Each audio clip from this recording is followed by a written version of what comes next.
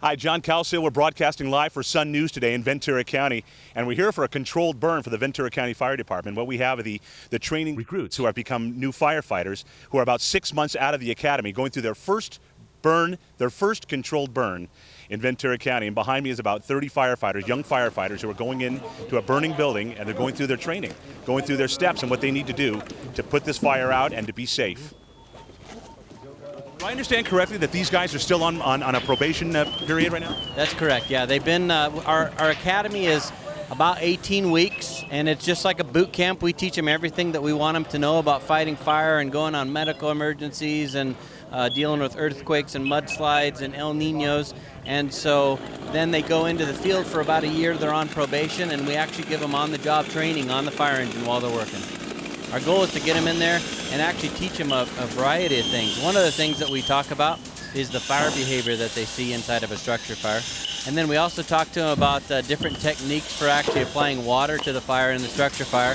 And then they're able to be in an environment that's a little bit controlled, where it's smoky and it's hot, and it's going to be real similar to what it's like if they go on somebody's house that's on fire or building that's on fire here in the county.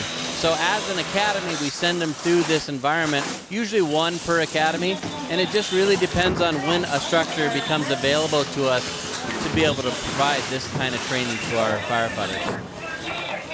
One of the most important things is to make sure our guys are hydrated and are able to cool off a little bit. And so we actually have a work-rest ratio that we work with them too to make sure that they're safe. Their safety is a priority. It's paramount for us. But we also want them to get this training. And one of the things that it's inherent in our business is we're in smoky, hot situations where, we're bound up by our safety clothing and we're sweating. But it's one of the things that we kind of condition our firefighters to be around that kind of environment.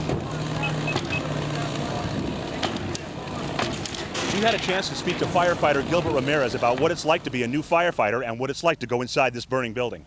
Tell me, Gilbert, a little bit about what goes through your mind when you enter the building. It must be an adrenaline rush. I know your training kicks in. And what are you thinking today? It's your first time going through. It is an adrenaline rush, but going back to basics, we've gone over this thousands of times during training. So in my mind, what's going on is just making sure that everything that we've trained to do is being done. So making sure all our gear is on correctly, making sure you're checking your partner, and everything is going correctly before you enter. And then when we go in, again, just making sure that we're doing all the stuff that we were trained to do. I saw some pretty wide-eyed young firefighters going into this building, but their adrenaline must be going. They have trained before, but this is their first controlled burn, so they must be, and they work as a team, of course. They're watching out for each other, too.